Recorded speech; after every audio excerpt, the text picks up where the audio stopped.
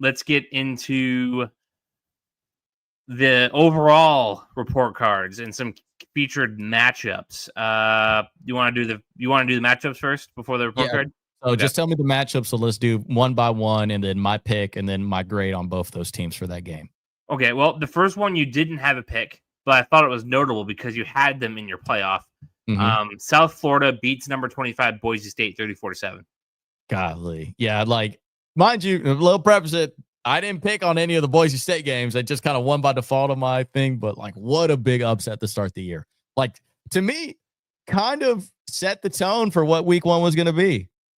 Like, you did not know what was going to happen. I think this is the most unsure I have been about college football in a very long time, I think. Yep. And obviously we just went over UT beats Ohio State, or Ohio State beats UT 14-7. Yep. My notable takeaway from that is that's also an F grade for Texas overall. Offensively, defensively, that team was like one of the most notable boring games of all time. Like, that game was 7-0 at half. That game really didn't become a game until the fourth quarter, until 7 minutes left. Like, it was just so boring. It was a punt game. It was a turnover game. Like, it was like, and then also none of the big players performed well at all in this game. Arch Manning didn't perform well. The offensive play calling for Texas didn't perform well. The offensive play calling for Ohio State. I mean, Chip Kelly's a big loss for them, it seems. You know, as well as the notable wide receiver, Jeremiah Smith. Like, where was he? Like, was almost a non-factor there. But, you know, the big addition that Ohio State had was Matt Patricia, a defensive coordinator. Arch didn't know what to do. Look at that, a Patriots guy owning a Manning. Who would have thought? Yeah. But I would also say, like, that was just overall, like, Texas wants to forget about this game as fast as they can. This was not, because this is also a game, like how I talked about, like, why I would rather you perform. Like, I would rather UT play against Rice first game, or U of H, or something like that, like a competitive-ish team, or just a notable team that you know that you would win because you can work out your kinks from that. This game, what you might as well get a whole new team at this point. Like, I don't know if your offensive line's good. I don't know if your wide receivers are good. I do not know if you have a run game. I don't know if you even have a quarterback. I don't even know if you have a defense. Like, well, you'll get your wish this week. They're playing San Jose State on Saturday. Right. And then now you would split the tape and be like, what did we lose from last year? And what did we lose from game one? What did we lose in game two? Yeah, like, they'll get a 3-game stretch of, like, kind of working it out. San Jose State, UTEP, Sam Houston, all at home. And then Saturday, October 4th, they go to the Swamp to play number 15 Florida. So essentially that is preseason for them. This was like their big, and yeah, so they walked into the slaughter, and now they got to regroup. Yeah. So, but then also, like, the weird thing is with that, right? Because now you're kind of working backwards, is that, so this is how we are against good teams, and then this is how we are against really bad teams. Like, none of those teams, I promise you, are going to be anywhere close to UT's level. And then all of a sudden you jump into competition again. So you are on two opposite ends of the spectrum. So you play no middle level team. Like, they don't go play I would even say like a Kentucky. Like, you don't play or an Ole Miss. Like, you wouldn't play an Ole Miss team who's like legitimately like a probably fourth best team in their SEC division. And then you would probably be able to gauge, okay, I can hang with Florida, or we could have beat Ohio State if we did this. No, you're just beating a whole bunch of teams that you're supposed to beat. And then you have this really ugly loss, and then you don't know, am I bad against you don't know good who team? you are until you get back to Florida. Exactly. And Florida's not a gimme. And even in bad years, Florida's not a gimme. Yeah, and so that's why now that's why I give Texas an F grade. And the opposite end of that, Ohio State a C+. I think you just barely pass, bro. You are striving for, like, C's get degrees. I get it. But I don't, this Ohio State team doesn't look like a championship contender. Like, this, it was such a, even if Ohio State won like 21-7, I would still be like, oh, like, this UT team's so bad right now. Like, based on what I just saw week one, this is only based on week one. And this Ohio State team, I'm like, bro, like, Jeremiah Smith is not getting the ball. Like, you're going to miss Chip Kelly a whole lot more than I thought.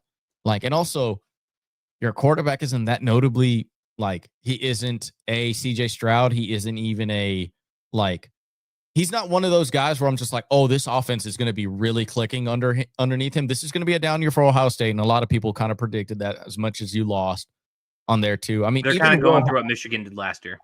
Yeah, and I mean also Will Howard, like, yes, he was a notable Kansas State guy, but like Will Howard also wasn't no like end all be all at Ohio State like that. He was a serviceable winning quarterback in college football, but Ohio State, like I've always said, like when they had Troy Smith, when they had Braxton Miller, when they had him there too, when they had even 12 gauge there, Cardell Jones. Yep. And even when they had the guy after him, number 16, I forget his name, who had like broke all those Ohio State stats, who ended up being a quarterback for the Saints. Not really that good guy, but like even CJ Stroud, even when you have as well the dude who's on the Jets right now, I always forget his name. Justin Fields. Like those are guys that like I believe in those quarterbacks at Ohio State.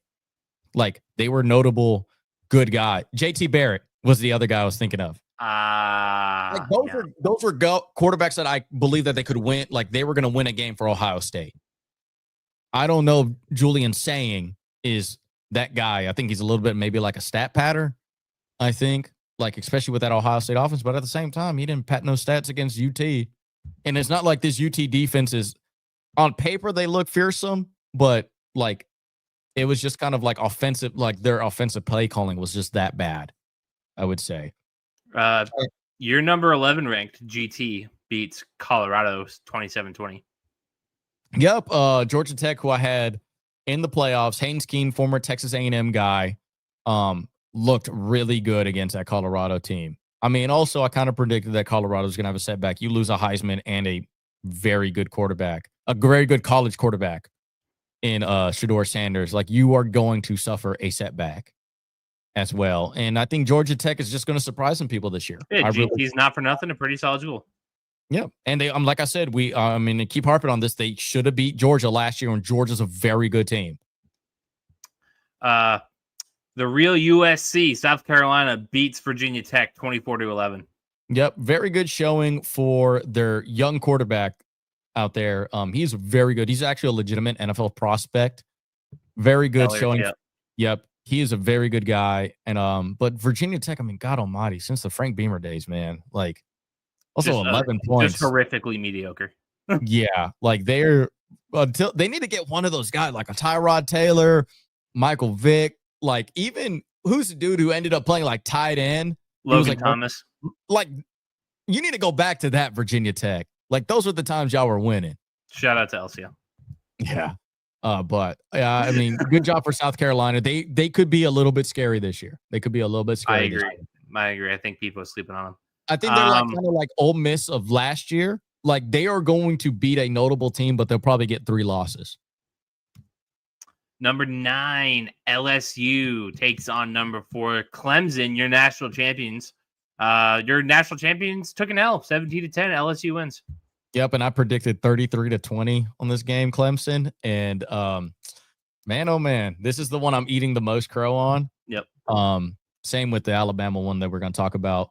So I had Clemson. It's just a little bit opposite of their quarterback. I think their team overall did a C, excuse me, on there. Their team still does look very solid. Like they were going after the quarterback really well. They have legitimate NFL prospects.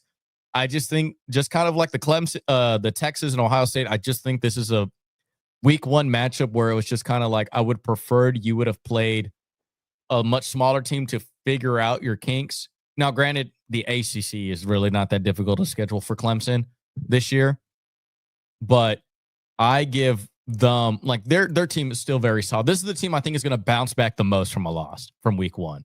I like they're still going to be in the national championship contender competition. I think I moved them down from true contenders to like a 50-50 guy because of this loss. Because if Cade continues to play like this, like, man, you're going to be a little bit upset and disappointed this season. And I gave LSU an A+ for this as a team grade. Wow. You go and you play against a notable, like. You're not underwhelmed by the offense? I mean, yes, but I still think, one, this is the first time Brian Kelly's won a week 1 game at LSU. So you completely erase that stigma of that. And on top of that, too, like their defense showed up. That's the biggest question mark about LSU this year. It's that their defense was kind of like the Big 12's defense. Like, you just let everybody pass through you, and you're just hoping Garrett Nussmeier throws for 400 yards and 4 touchdowns a game.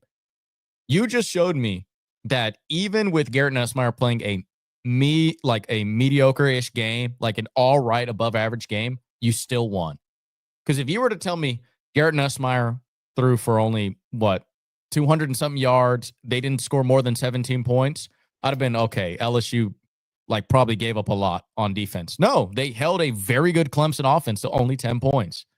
And that's why I give it an A+. One, you went on the road, a notable hard place to win on the road, a notable, very good team on the road who has a legitimate quarterback on there. Like, let's say Cade looks amazing the rest of the year, and you made Cade look that bad week 1.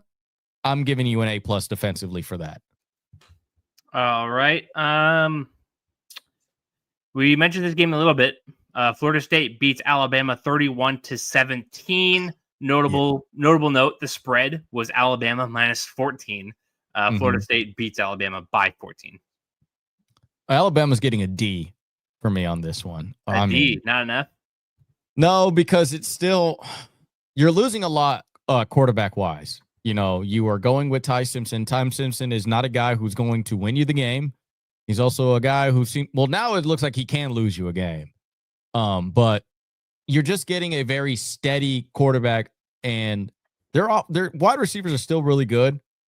They did have a wide receiver, I think, 150 yards receiving that game, number 5, who really good player.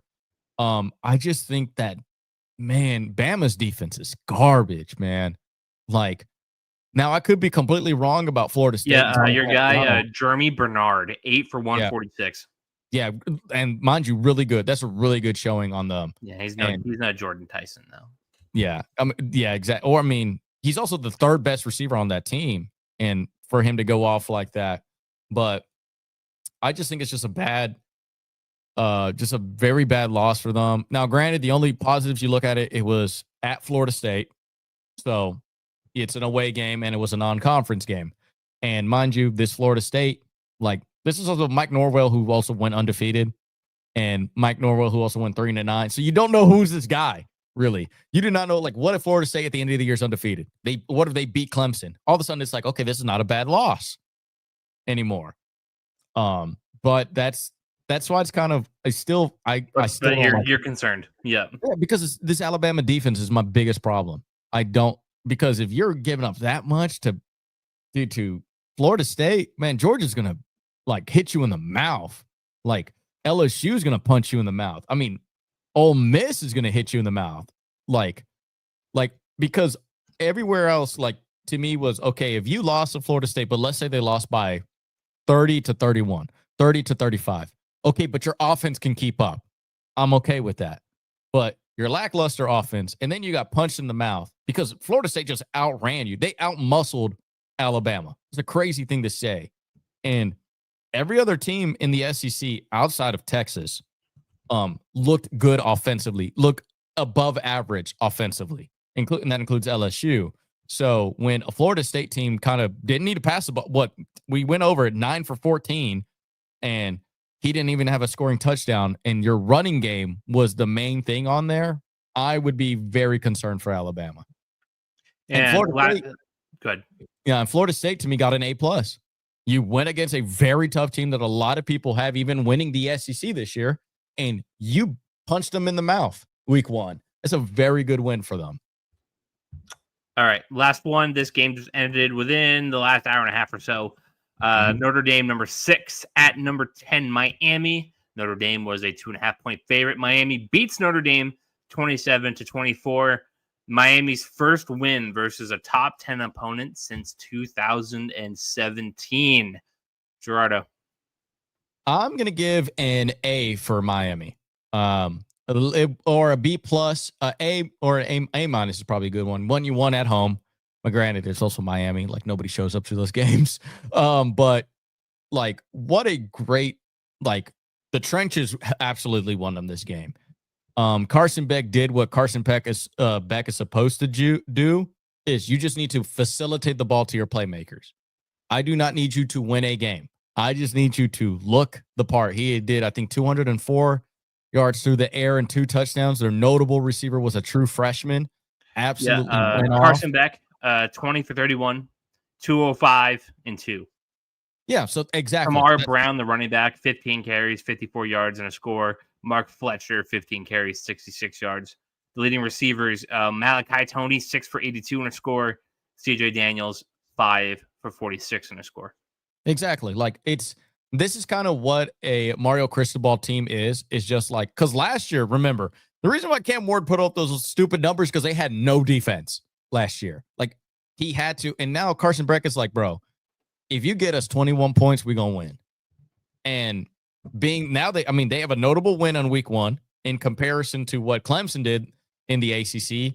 The only big thing is now they're Florida State. Now they got to go against one another. I would take Miami on that one because I think Miami's. I don't know. I think Miami defensively looked really nice. I think so. Like their defensive line is a bunch of dogs. We'll need some more context. We'll need to see Florida State go after a. I'm a little bit. I mean, Florida State, I think, is the most inconsistent one of the bunch. I also need Miami's defense to show week in and week out, but also week 1 against, Julian Love, like the number 1 running back in the country right now, for it to make him almost a non-factor that game. Now, we'll actually find out pretty immediately who the better team is because they play Saturday, October 4th. Okay, so there you go. We'll find it really soon. They'll play a bunch of crap and they'll face off week 5. So I'm gonna give Miami like an A-, and I would give a Notre Dame probably like a C+ to a B-. I mean, you went away from home, and it's also they don't play in a conference. But it was a big thing. It's a big thing for them to reach out and play a real team as they did.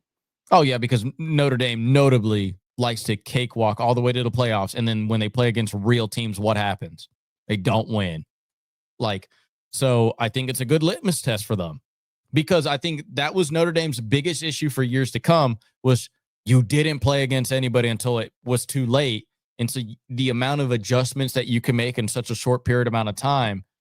It's going to hamper you into the decisions that you make. That's why I've never been a big Notre Dame believer because of that. And so I think this is a very good litmus test for Marcus Freeman. I think I will reward them for going to Miami to go do this, especially like you got Carson Beck, they got Carson Beck. They're playing away and it's a good Miami team. Like it isn't like you went out. Close. You lost on a field goal. Exactly. And you almost you made it a game at the very end. They came back. It was 24-24. So it shows that you can at least come back from adversity. And now you got screwed on the last snap. Not that you were going to do anything with it, but yeah, right. But at the same time, the ball was in your hands for you to make the game. I'm okay with that. So I'm going to reward that type of behavior. I think B- C+ is fair. Yeah. With anybody else on the report card that we missed? Yes, I have Oregon doing a solid B. I mean, this is where, like I said, when you're playing against Montana State and these teams like that, you can't get higher than that unless you really beat the brakes out of them. And even they did too. They won 59 to something. 13. You're not going to get higher than a B because it's Montana State. You're supposed to do that to Montana State. And I'm just a big fan of this. Or it's such a well-rounded team, man. And Dante Moore's a legitimate Heisman hopeful. He's a legitimate NFL prospect as well, too. But a solid B for them. They are going to be the team in the Big Ten. And speaking of the Big Ten, Penn State B-. I think it's the reason why I give them B- is, man, this is still Penn State. I'm not going to believe in James Franklin to win the big games. They're going to out Jimmy and John you. Their players are much better. They have a good running back. They got Drew Allard and they got a nice little defense on them. But outside of that, I think it's just B-. They did what they were supposed to do. Another one I would say relatively your team this year, outside of the Minnesota Golden Gophers, I did watch Arizona State. That was the ugliest, prettiest game of all time. I do not know what to make of it because was it Northern Arizona University had no business sacking their quarterback as much as they did. The stat line of that game does not actually indicate how close that game actually was. But I'm okay with them getting this ugliness out the way early because every year, every team in college football has one ugly game, at least one ugly game. That's why I'm okay with you going against small cupcake ass teams in week 1, because if your ugly game is week 1 against a team that you beat, I'm okay with it because you got it out the way. Now, if your ugly game is against a team that you don't know, like Texas against Ohio State, because both of those games were ugly for both those teams. Mm-hmm. So nobody was like, yes, Ohio State won, but they were just ugly. So I don't know when Ohio State's going to have a real ugly game. Like, what if they go against Michigan and then the true freshman torches them? What if they lose to Iowa? What if they lose to Indiana? Or what if Texas just doesn't do better than 7 wins this year? What if they lose to Minnesota? Yeah, I'm being for real. So, like, that's why, like, I think it's always a win-win when you go against, like, Northern Arizona University, because you can't look bad. To an extent, yes, the unbelievable probability that Northern Arizona was going to beat y'all, like, yes, it can happen. It has happened. Like, University of Monroe beat Alabama the first year Nick Saban was there in week 1. Like, that's the only other time an unranked team has beat Alabama week 1. And those chances are very unlikely because you're just going to out Jimmy and John people. Like, Arizona State was just, at the end of the day, they have better players. Like, I'm a big fan of their running back game this year. I know. Yeah, they have 3 really good running backs. Dude, their running backs are legit. Like, they are very good players. Like, you're not going to miss Camp Scat. And then on top of that, too, you know why I like it better than one running back? It's because you're way more versatile on offense. All 3 of them have very different skill sets. Yeah. And then on top of that, they all can do also, like, they're a little bit more interchangeable too as well. Too. Like, some of them they all could still run the ball relatively well. So even if a player's on the field, you know what's going to happen. Like, you don't know what's going to happen on a defensive standpoint. Where Cam Scatterbo is just like, I kind of know that I can just eliminate him, and then where else are you going to go? But then also, like, Tyson is a legitimate threat. Your quarterback. I think he's going to be the EU Player of the Week. I would say, you know what? Because if you want to do that, obviously, yes, I would say he would be my Player of the Week. He had an amazing catch. He had 2 touchdown receptions. And I mean, he looked really good. And their quarterback looked very decent too. He was very sloppy from time to time, but it was a sloppy gunslinger-esque. Like, I can see where you're trying to make the throws. I can see where you're trying to make the plays. It's just week 1. You're kind of maybe week 1 jitters. Like, you're trying to get them out the way and whatnot. Like, because these cats haven't played football in a hot minute. And they've been, and mind you, a team like Arizona State, like, it's probably like, oh, I just can't wait to tackle somebody that isn't on my team. And so the only concern that I would have for Arizona State is their offensive line. They gave up way too many sacks to a team that has no business touching their quarterback as much as they did. And not only that, but pressuring him so much to move out of the pocket and then rush for unconventional running plays. I'll tell you, I don't know if you can get away with that against Mississippi State next week. That or any other team. Because Texas State is after that, and then they're at Baylor versus TCU at Utah, and then they get their first real big matchup against Texas Tech. Yeah. And I mean, like, and mind you, these are going to be teams that are bigger. Like, they're going to have notable recruits on their teams, where, like, Northern Arizona, like, no offense, I bet you their biggest defensive lineman was 270 pounds. I wish there was an easy screen that I could see that. Oh, I do. If I sort Northern Arizona's like roster, I bet. Let me sort by weight. No, their biggest offensive lineman is 6'2", 315. Yeah, but that's offensive line. What about defensive line for defensive line for Northern Arizona? Yeah. Standby. 335, 6'3", senior. And then their edge rushers. I doubt that was their edge rusher. I'm pretty sure that'd be like their nose guard. They do not sort it by edge rushers. Okay. So. I can't, like, I don't know the Northern Arizona roster like the back of my hand. But yeah. Yeah, exactly. Like, I don't think that they're, like, I doubt that they're gonna, like, for them to be touching their Arizona State's quarterback as much as they did. Yeah, like, I wouldn't be able to. I was not a big fan of that. And I'm actually, got some shit to clean up. Like, look, if I'm gonna just defensive lineman 6'2", 270. There's one. What's another one? Like, they are just not touching quarterbacks at all. Like, with that. Now, granted, the one dude that did stick out to me, they did have a relatively nice little tight end for them there. But outside of that, like future transfer. Yeah, like none of their they're not having any notable guys that are like stacking that defensive line like that. Like, yeah, their defensive line, like defensive tackle, 6'4", 255, 6'5", 260, 6'3", 255. Like, that's very small. Like, and those are interior defensive linemen. So for them to like go after touch the quarterback as much as they did, I'm like, oh man, I'm not a big fan of this for Arizona State. But let's just say maybe it's a blocking scheme. I do not know how many returning offensive line starters they have as well too, because it's all about chemistry when it comes to offensive line. It does not really matter how many 5 stars, 4 stars you have offensive line. It just comes down to scheme and chemistry. So other than that, also, I guess UGA, I think UGA is probably the safest team as well too. They beat the brakes out of Marshall. They look like a well-oiled machine. They're probably, as of right now, the best team in the SEC based off week 1. Yep. But as of right now, to run down, Texas got an F, Clemson got a C, LSU got an A+, Oregon got a B, Alabama got a D, Florida State got an A+, Penn State got a B-, Ohio State. Penn State got a B-. I talked about them. They played Nevada 46-11. Yeah. And then Ohio State got a C+. And I'll give Arizona State, because we touched on them, I'll give them like a B, B-, B. You did what you were supposed to. Yeah. And Texas Tech, that's my team that I'm following this year. I would give them, the game got postponed, if not delayed, because of lightning, but they were handedly beat the shit out of Arkansas Pine Bluff. Yeah, exactly. So I'm going to give them a B for that. I mean, you did exactly what you're supposed to. You spent all that money. No, $55 million got you that win at least.